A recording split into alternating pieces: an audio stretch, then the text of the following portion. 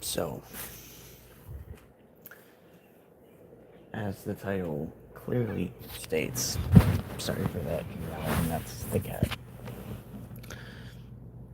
What if Tony Stark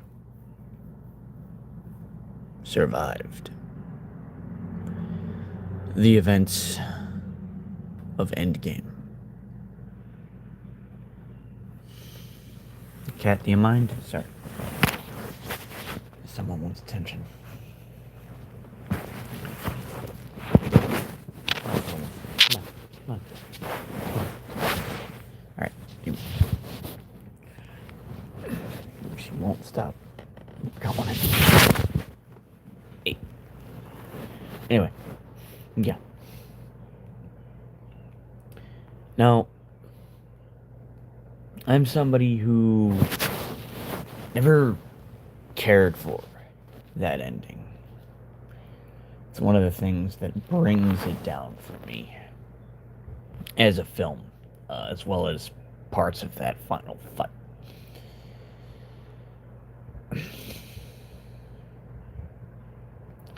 Because I don't believe that just because an actor is leaving a role, that means their character has to, be taken out. Just because he was done being Iron Man doesn't mean that Iron Man had to, you know, no longer be around.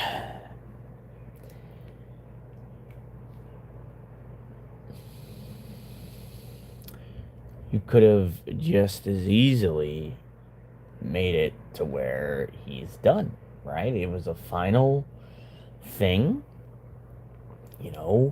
They went back and retrieved all the stones and, uh, you know, undid all the damage, right?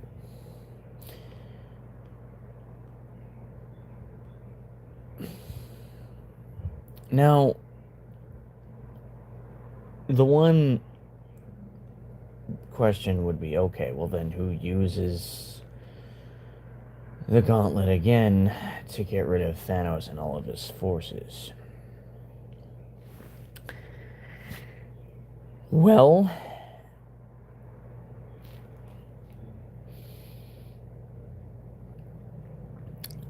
why not Captain Marvel? See, something that really bugs me about that movie is the fact that Thanos could use the stones, or he could rather put the gauntlet on, um,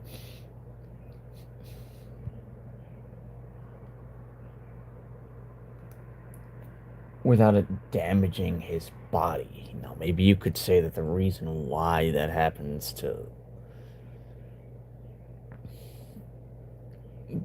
Banner is because the gauntlet is,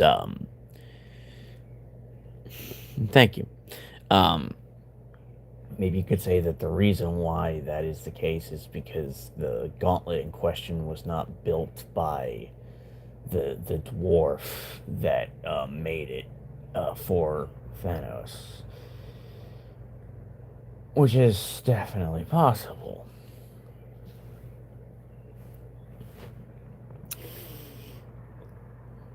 And I understand the whole, Doctor Strange obviously couldn't tell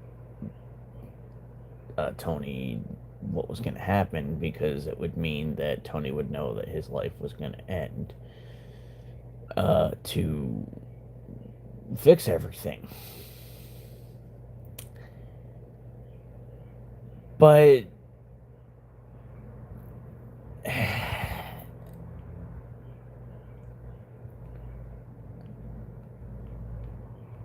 I don't like it because I feel as though that decision was only made because of this obsession the writers had with Tony Stark sacrificing himself all the time, and then the final time he does, he actually doesn't survive.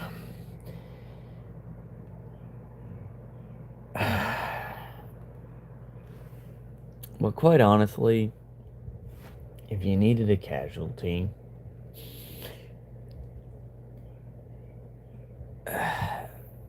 number one, you already got one in the form of Black Widow.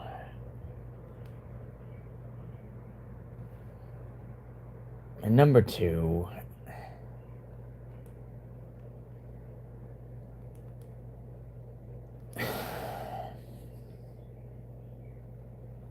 is you have to make it the character who has a family, who is married and has a daughter. The other thing that bugs me about it is, you mean to tell me that that Hulk puts on this gauntlet and, is able to use it, but sustains damage, but it doesn't, take him out. And yet, Tony somehow is able to put it on and withstand it, after having been in a major fight before it finally takes him down. I'm sorry, but that to me is just stupid. I get it, but that's not good writing. Like, it should have immediately, like, taken him out when he put it on, before he could even snap his fingers.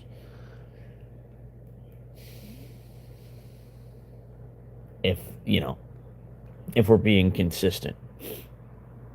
Meaning that the only ones who would have been able to use it are Bruce again, Thor, or Captain Marvel.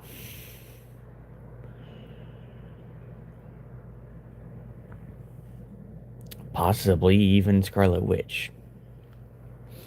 The whole he started all this and he needs to go to usher in a new era.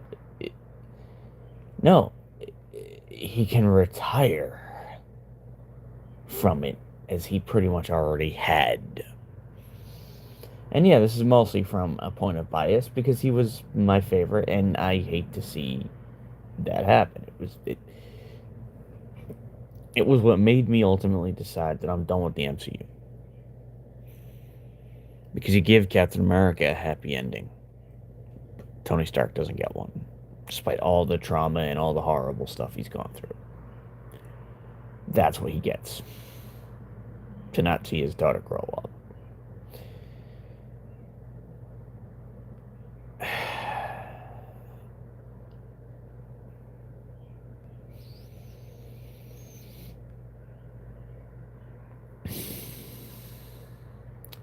And I don't want to hear about, oh, well, if he was still around, fans would expect to see him show up from time to time. No, don't give me that. Don't give me that.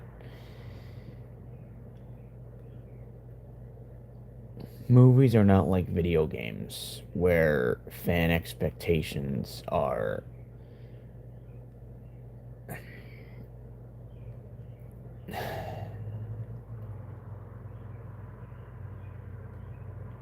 a factor. Or at least not as much. In movies, it's more or less, well, we're okay with whatever they decide to do. And if we don't like something, we'll criticize it after the fact.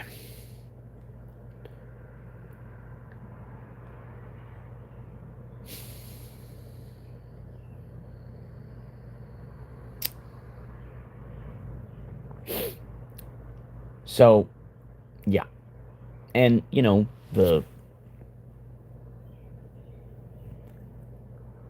at the time, their golden girl, not golden boy, was supposed to be Captain Marvel. So wouldn't it have been, a perfect opportunity to show, to give her the time to shine and be like, she uses the gauntlet and it doesn't hurt her, because this is somebody who was basically written in as the MCU's Superman. She's supposed to be stronger than any of the other heroes, any of the other characters at that point. So she should have been able to use it without any issue whatsoever. Maybe a little bit of minor discomfort. And I know another, counterpoint could be, well, she didn't know about the plan. She could have just grabbed it, been told what the plan was, and then do it. I also don't understand why you would do a Captain Marvel movie before Endgame and then barely feature her in it. Even if you weren't certain as to how people would feel about her solo movie,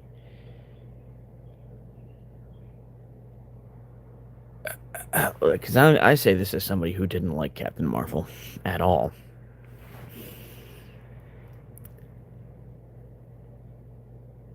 And wouldn't have liked to have seen her in Endgame, but that's just one person's opinion, and I don't, have any say over what uh, happens with these films in terms of writing.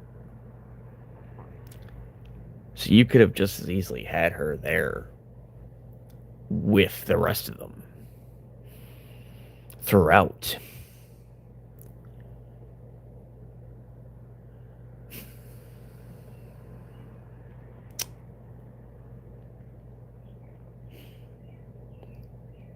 And I know, we needed to have a villain, a fight. But here's the thing about that movie: the the vast majority of it was not action at all. It was just traveling through time to get the stones, and there was only like really one physical confrontation that occurs.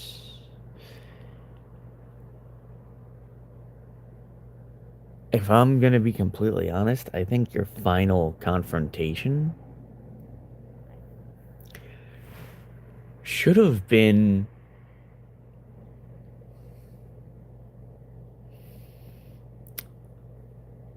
Thanos, Ultron, and Loki from the very first Avengers movie.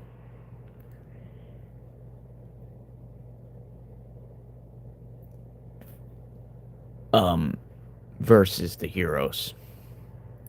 Because here's another thing that bugs me. You mean to tell me that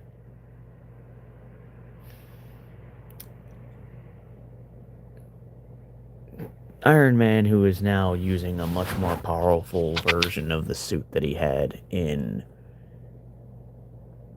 Endgame, or in Infinity War, along with,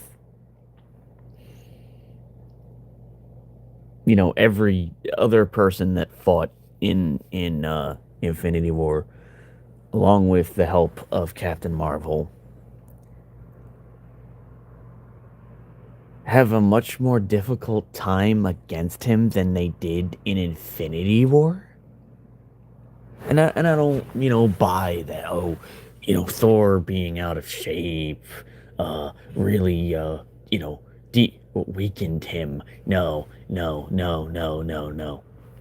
You had way more firepower in Endgame collectively than you did in Infinity War. And you had an even harder time against Thanos. Plus, you had Pepper using an Iron Man suit also, and plus you had Ant-Man and the Wasp helping out in that fight. But you couldn't beat him. Really? Because Thor was very close to taking Thanos out in Infinity War. pretty much by himself. He effortlessly brought him down, and that was a Thanos that was using the gauntlet. And yet, in Endgame, he doesn't have the gauntlet. He's trying to get it, and you have um way more forces on the scene taking him on. You have a Captain America that's wielding Thor's original hammer. Once again, you have an Iron Man suit that's more powerful than the one in Infinity War. You have more players involved in this fight because you also have Valkyrie.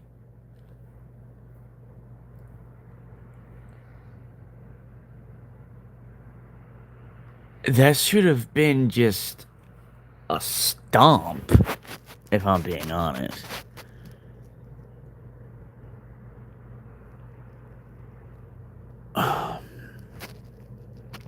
Which is why, if you really wanted this to be a harder fight, you should have done something a bit more unexpected and made it where, while they're traveling back through time, other villains take notice of this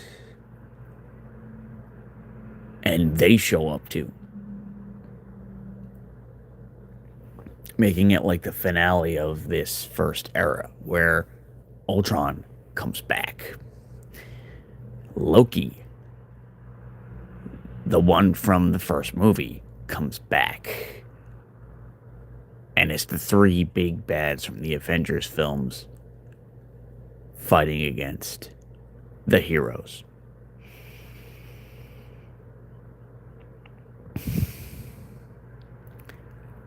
It just rubs me the wrong way.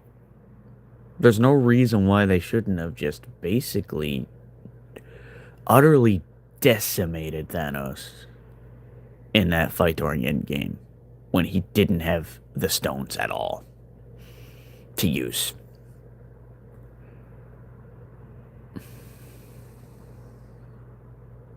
There's no indication that this one would have been stronger than the one that was in Infinity War. I mean, okay, yeah, he has that sword, but you really expect me to believe that him wielding a sword gives him that much more of an advantage than he had in Infinity War? The whole point of Stormbreaker was to end him. And it's still in Endgame. And then you also have Captain Marvel, who's set up to be this incredibly powerful individual. You have way more guns than you had in the previous fight.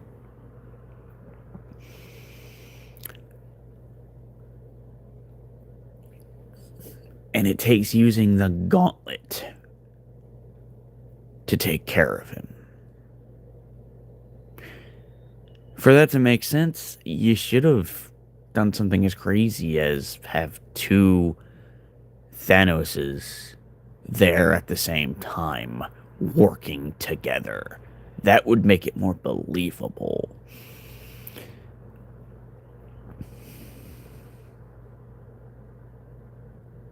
Or say that you have two gauntlets in play. Thanos has one, and the heroes have the other.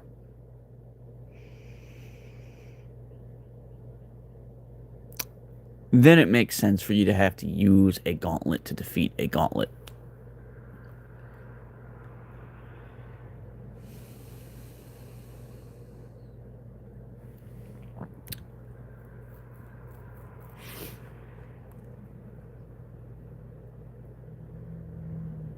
Heck, you could have even made it to where,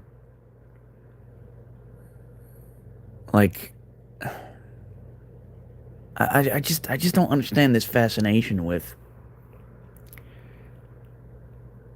offing one of the main heroes.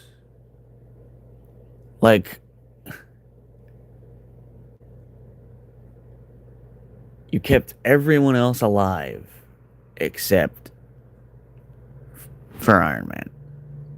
And Black Widow. You kept Captain America alive, despite the fact that his era of films was done, more or less. You gave him a happy ending. But the man who finally finds happiness and has a daughter, no, he has to go.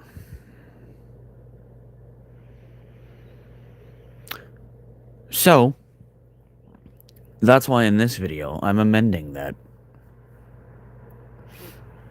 to where he survives. And Captain Marvel is the one that uses the gauntlet to do the snap and get rid of Thanos and all his forces. Or, if you know, do what makes more sense and say that because of the overwhelming forces they have now and the greater amount of power they have, thanks to some key players being in the fight that weren't there before, they destroy his army and then they take him out without needing the gauntlet at all.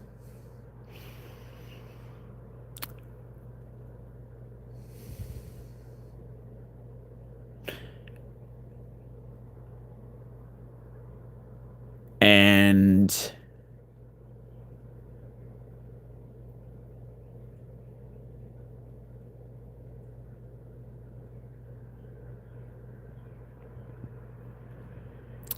then you do the whole scene with Captain America, going back in time, taking all the stones to where they belong.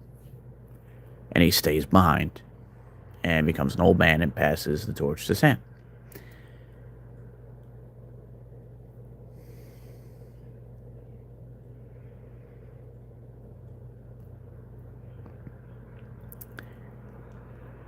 And you have a funeral for Black Widow. Because you already had a pretty significant loss. So you get rid of Tony in this movie, but then she doesn't get any recognition? She doesn't get a funeral? The funeral scene should have been for her. If she hadn't died, then yeah, okay. I mean, I still wouldn't like the idea of Tony Stark,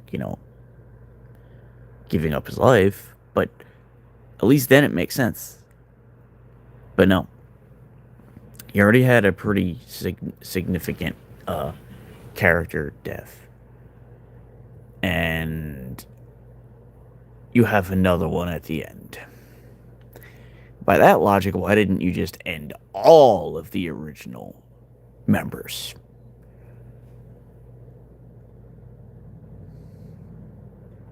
Right? Like, Thor loses his life. Banner loses his. Captain America loses his.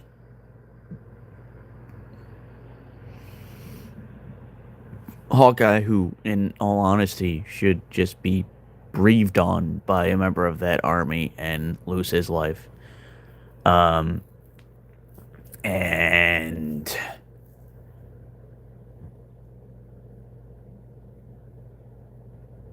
the newer members, they take over.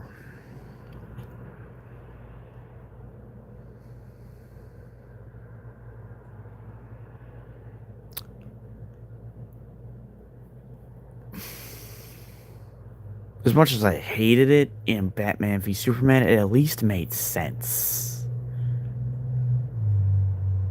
But here it doesn't.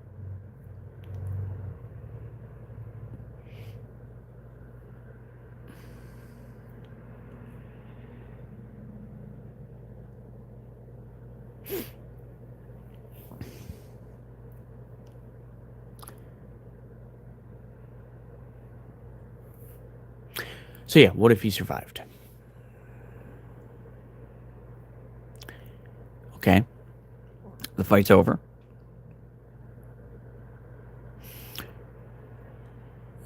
Thanos and company are gone. They have a funeral for Black Widow.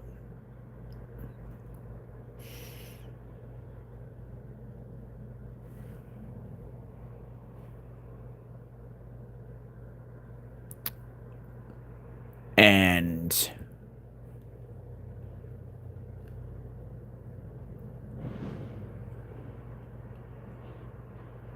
maybe, I don't know,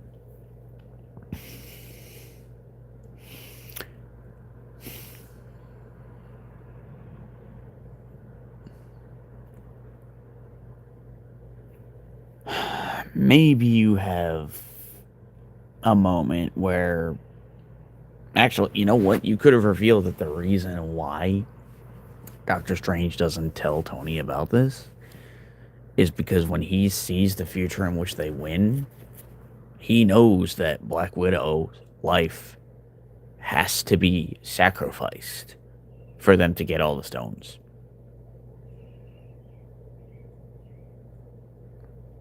If he knew about that, he'd be incredibly hesitant and probably do everything in his power to make that not happen.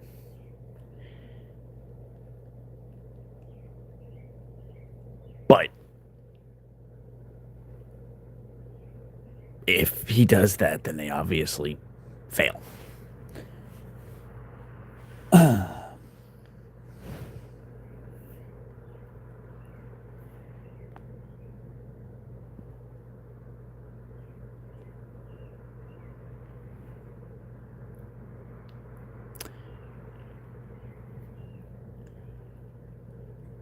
Oh, and by the way, there's something else that I find incredibly stupid about all this. So,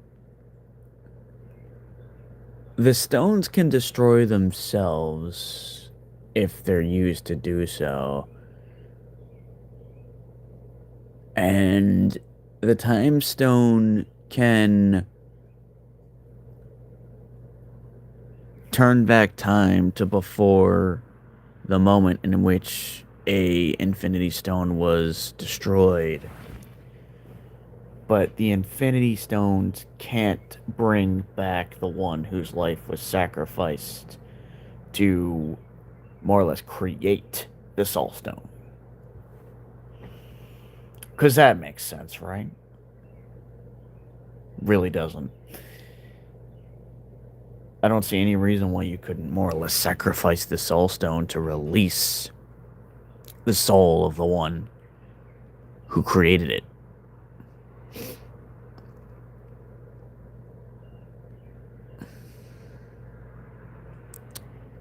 Just saying.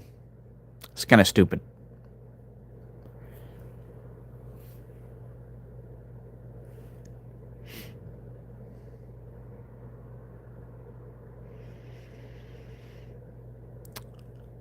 I guess they were just obsessed with somebody making the sacrifice. But like I said, 2 or 3 times already, someone already did make the sacrifice. That was Black Widow.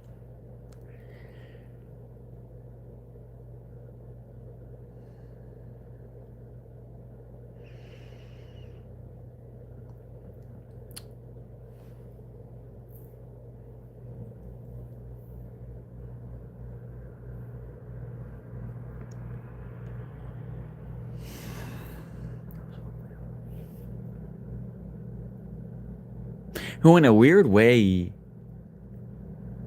if it wasn't for her, the Avengers would have never existed. Like, yeah, there's Tony and, blah, blah, blah, blah, blah. But it wasn't Tony who came up with this idea for the Avengers. It wasn't Tony who had this idea to gather a bunch of individuals who are extraordinary to make a team to protect the world. It was Nick Fury. And obviously, Black Widow is one of his, top people. And she directly, along with Phil Coulson, helps Tony to discover that new element. So you can't even really say that it all started with Iron Man. It started with Nick Fury and Shield, and then obviously it all started through that retcon with Captain Marvel.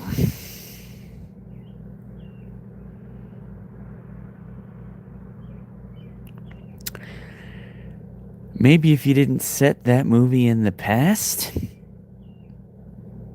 you know, just saying. Didn't need to be in the past, even if it wasn't in the past in the comics. There's no reason why she couldn't have just become a hero and been born in more modern times.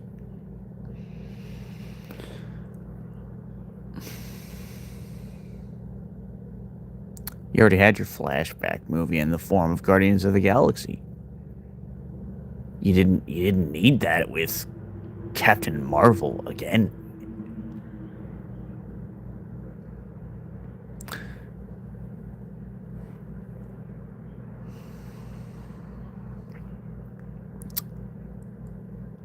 But anyway, yeah. So if he survived, he just goes and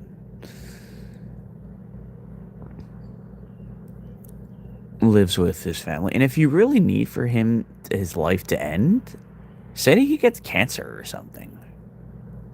It's still terrible, but it's better for him to pass with his family around him than to snap his fingers using a device that should have quite literally turned him to dust as soon as he put it on.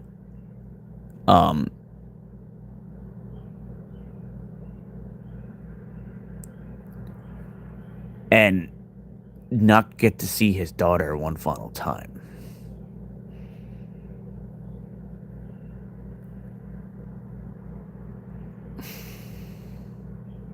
You give him a family just to take it away from him.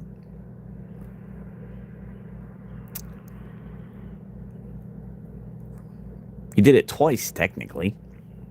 In the beginning, you did it to Hawkeye, and then at the end, you did it to Iron Man, only it was permanent.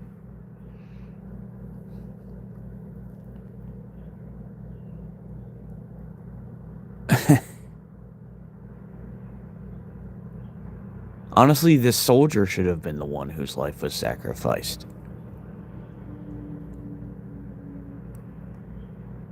And I understand the whole, oh, well, it was a callback to what Captain America said in Avengers 1. Yeah, but here's the thing. Iron Man already did make the sacrifice in Avengers 1 when he grabbed that nuke and flew it into space and almost lost his life doing it. So he sacrificed himself, actually more than once.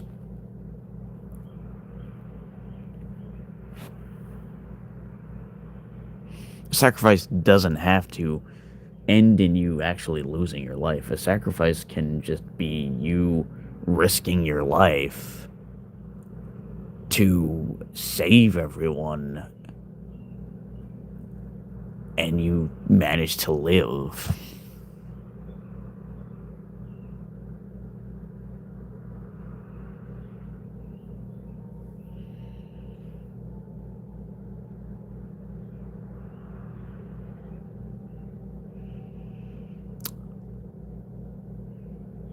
And yeah, I know that changes, everything in the movies.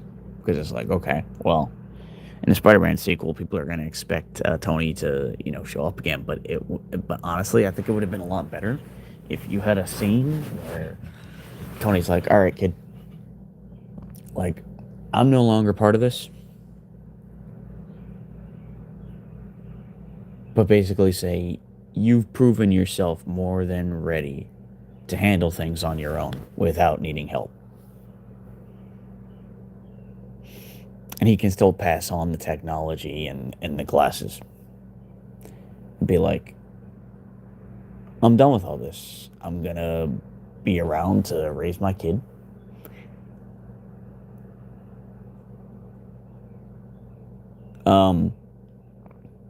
There's more heroes now than there were before. The world is much safer. And that whole fight with Thanos could have proven to him that no matter how much he advances his technology, at this point, he's not going to be able to deal with future foes because they're just going to get stronger and stronger and stronger.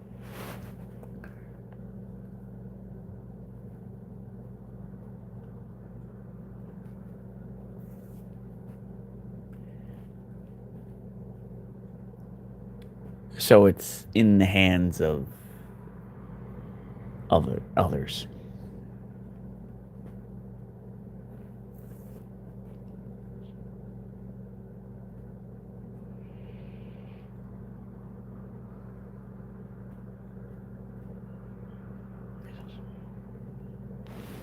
One moment.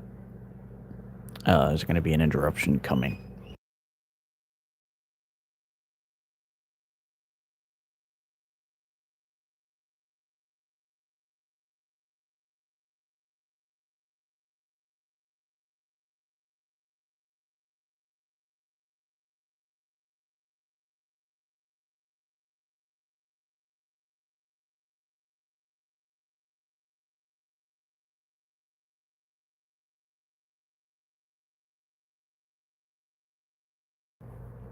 By the way, can I just say that I really hate this forced attempt to make Thanos Tony's adversary just because he was the one that sent the army in the first Avengers movie and he had these dreams about things.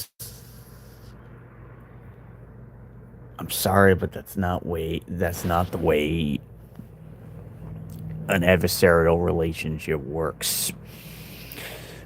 And it's also gotta be on both sides. If anyone was gonna be his main adversary from the Avengers movies, that would have been Ultron. But you ended things with him in them in Age of Ultron, and he's gone. But apparently now he's coming back many years later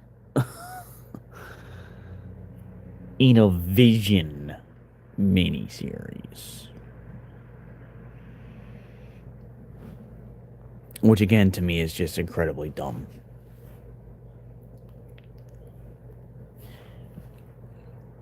You should have kept Ultron around at least for Endgame.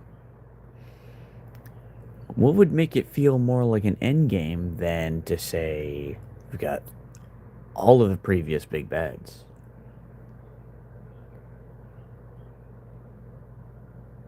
And maybe because of time travel shenanigans, they more or less all get to meet each other. So you bring back Ultron, you bring back Red Skull, right? Like a different Red Skull. Red Skull prior to, basically being banished to that planet.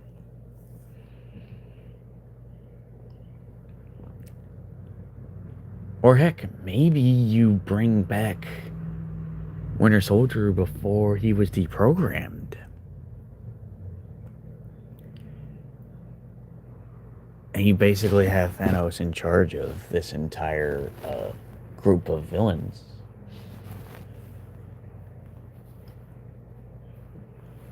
And that's the end game.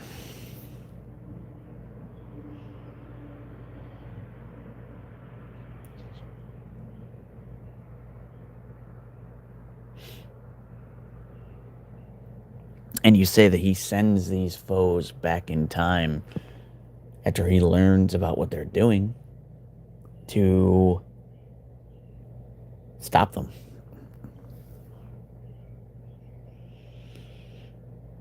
I think that would have been a much better film, and it wouldn't have just been running around and some shenanigans. No, it would be more of a superhero film at that point because there's very little action in this prior to the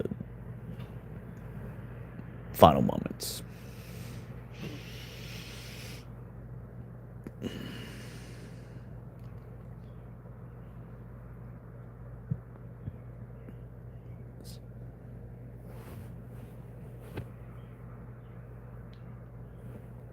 I might have brought Obadiah Stane back and said that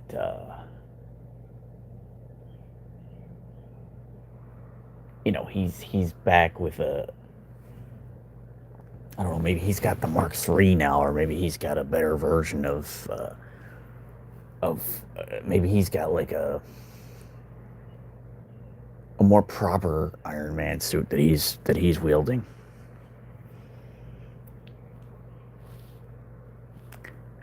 Heck, you could have done something to the effect of maybe Tony's adversary in this film is himself, and it's a version of Tony Stark who gets controlled by the Mind Stone. And he's doing Obadiah Stane's bidding through the Mind Stone. And so the final fight for Tony is he has to fight his evil variant.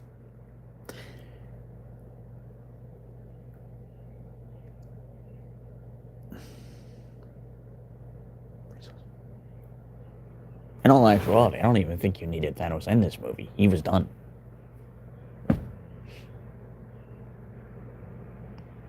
You could have made it bigger and potentially even more interesting by bringing all the past villains back, but as upgraded versions of themselves. And then, because when they messed with time, it didn't really seem to do that much. But if former villains of theirs came back and they're now stronger than before, yeah, that's potentially far more sinister than Thanos finding out and coming to the future to fight them. A big battle against the big bad that you more or less already defeated.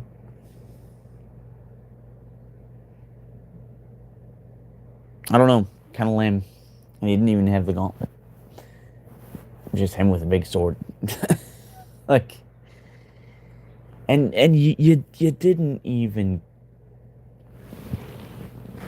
give Hulk anything to do. Like you gave him the ability to pretty much fully control the Hulk, but that didn't lead to anything. If the whole point of him finding a way to be in control of the Hulk and basically becoming a merged being was to make sure that what happened in the first film never happens again, then why did he not fight against Thanos in this film and clean his clock? It's so incredibly stupid.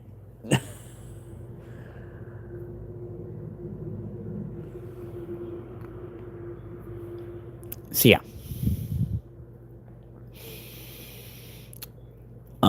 I would have made it where the next Spider-Man movie does not require a mentor. Nick Fury can still meet him, but he doesn't have to be babysitting him.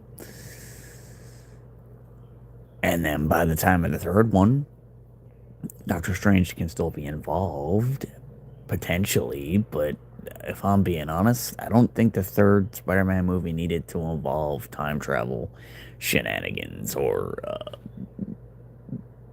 dealing with alternate realms.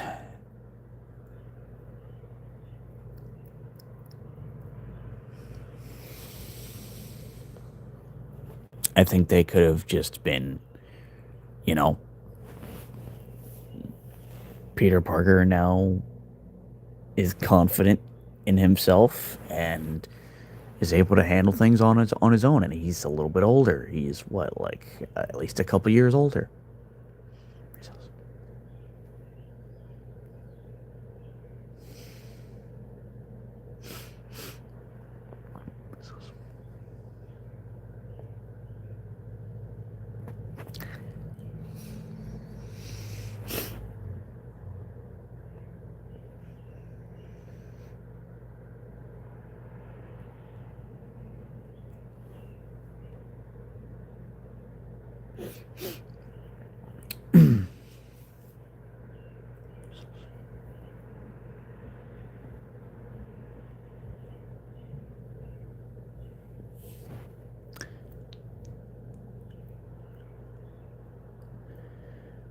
So anyway, I think that's going to be it for today's stream.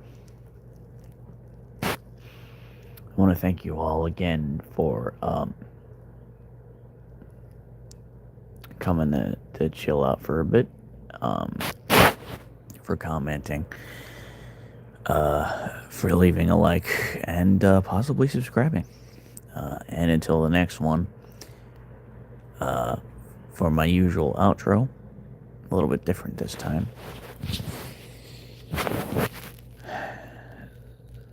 The truth is, I am Iron Man.